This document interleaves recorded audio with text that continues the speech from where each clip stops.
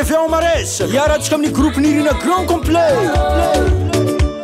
akory amizay mbodiavaka lokosiny magnodidina jiaby aza misy mandrimandry amizay eky fa navy le malaza 31 décembre 2022 ambiance ny faranton aly mirefidrefitra manomboka 8 heures jusque marandray Nirina kietahoma amizay namagna jiaby fa resadrako aty vite pedire 25 000 francs na koa 10 ariary zakan'olo jiaby zay ke ny vady mamara amizay za atao tambagna fa tsoanao tantaragna nefa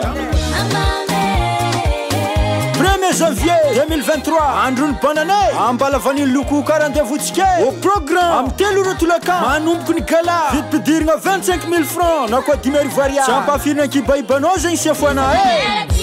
am sivoraly amizay alitsisy karaha Nirina baka tsy anambela mahazo eto anareo koa tsy kajy izy tsy miala am piste vite pedirigna mbola tsy niova 10 arivo afana misoma jusque marandray avia maro